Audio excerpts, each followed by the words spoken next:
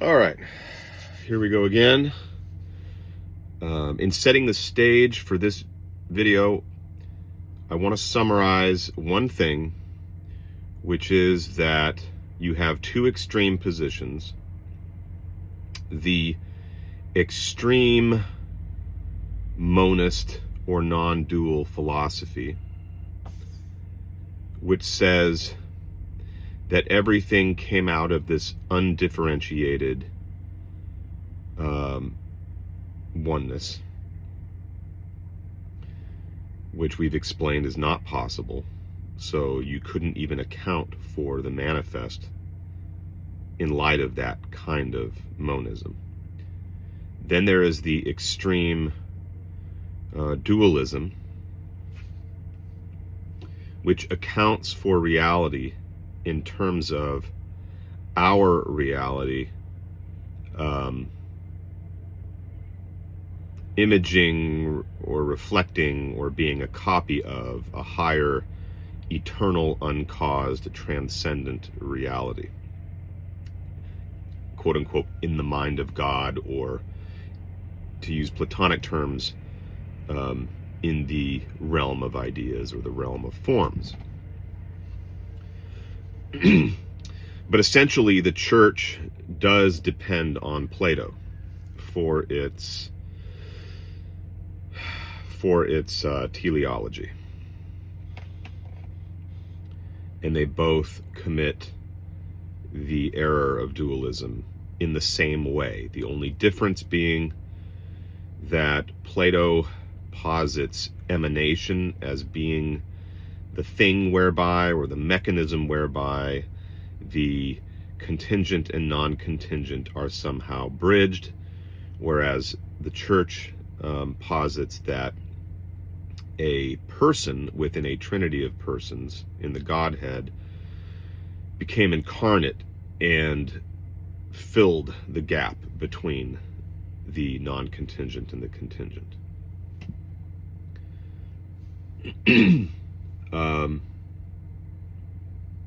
Now we want to speak in terms of time. So typically the Dharmic philosophy and perennial philosophy,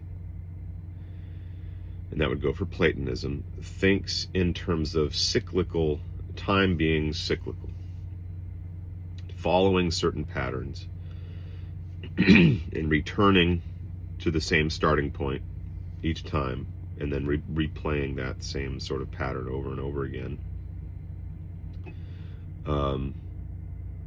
until we have attained to this perfect state in the realm of forms or the realm of ideas, until we have attained to the good, this what I would call a kind of static, transcendent city in the sky, so to speak, that we are obliged to sort of conform to in this sort of moralistic way of thinking. And then there's the linearity perspective, taken essentially by Darwinists, materialists, atheists, transhumanists, and so on.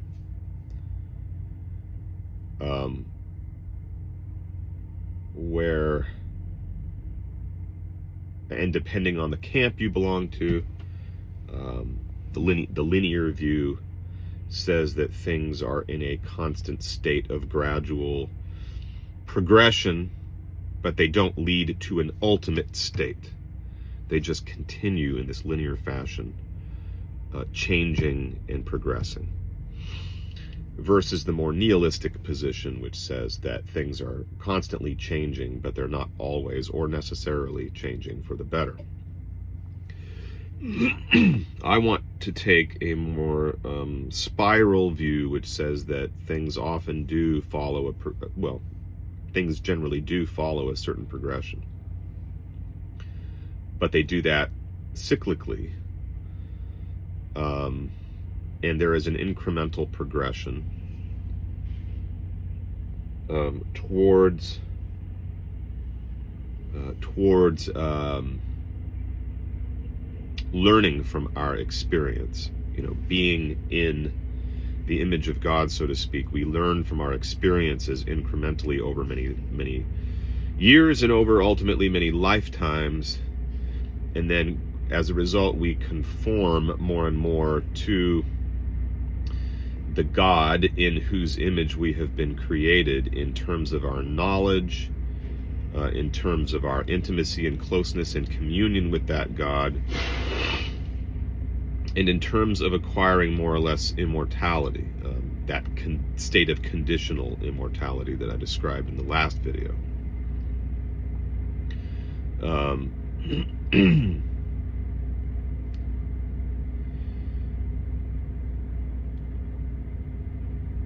And so what saves us from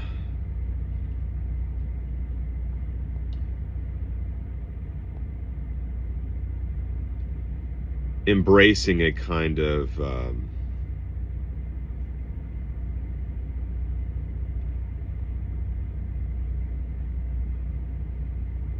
dog eat dog, might makes right ethic, which is what you'll see in people like Jason Jorjani, who believe strongly in the paranormal and the esoteric,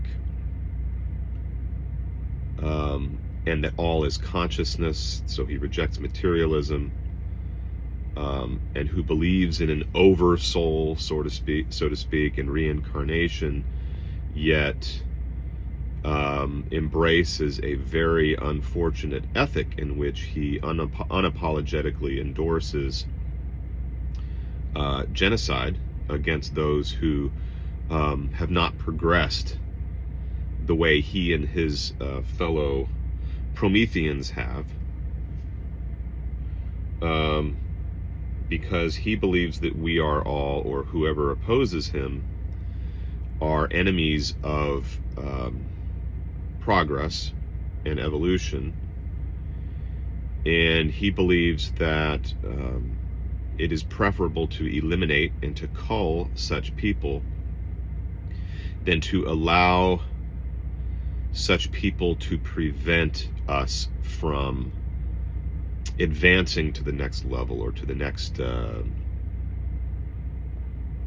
stage of, say, space exploration, or colonization of the solar system and colonization of the galaxy. He has a very expansive, very, very long-term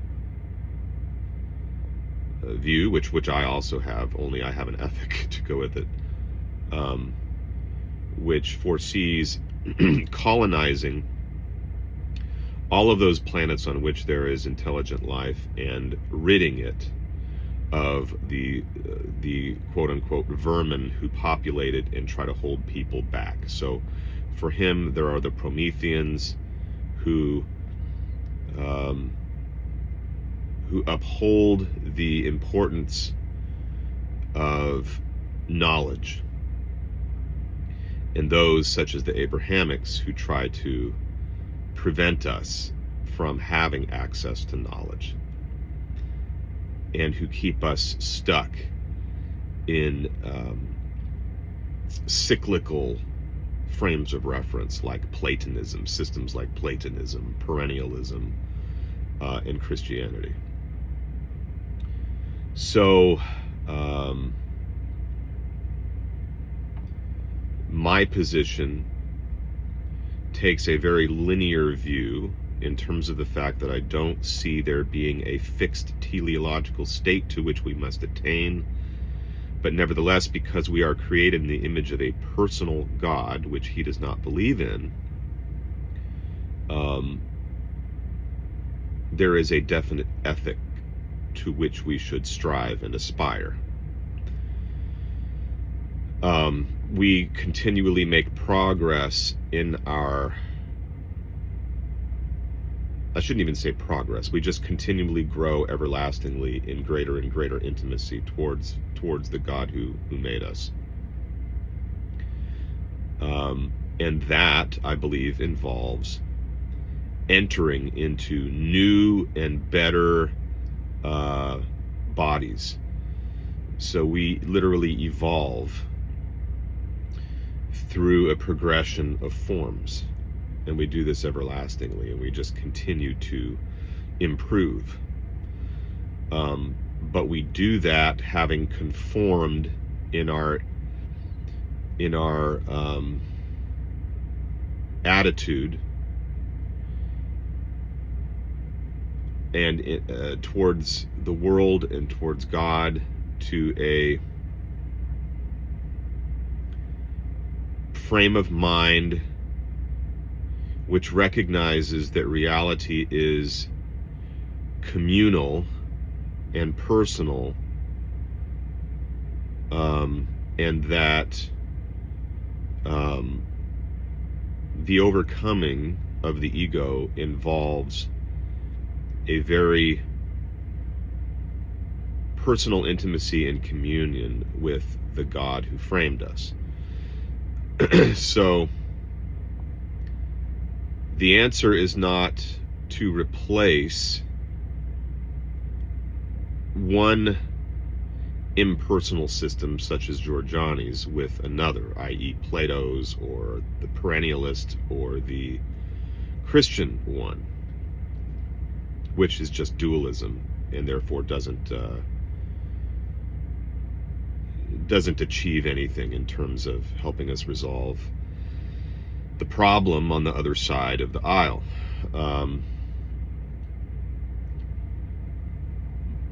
A consistent personalism will rise above viewing things in terms of this duality of linearity and cyclicality.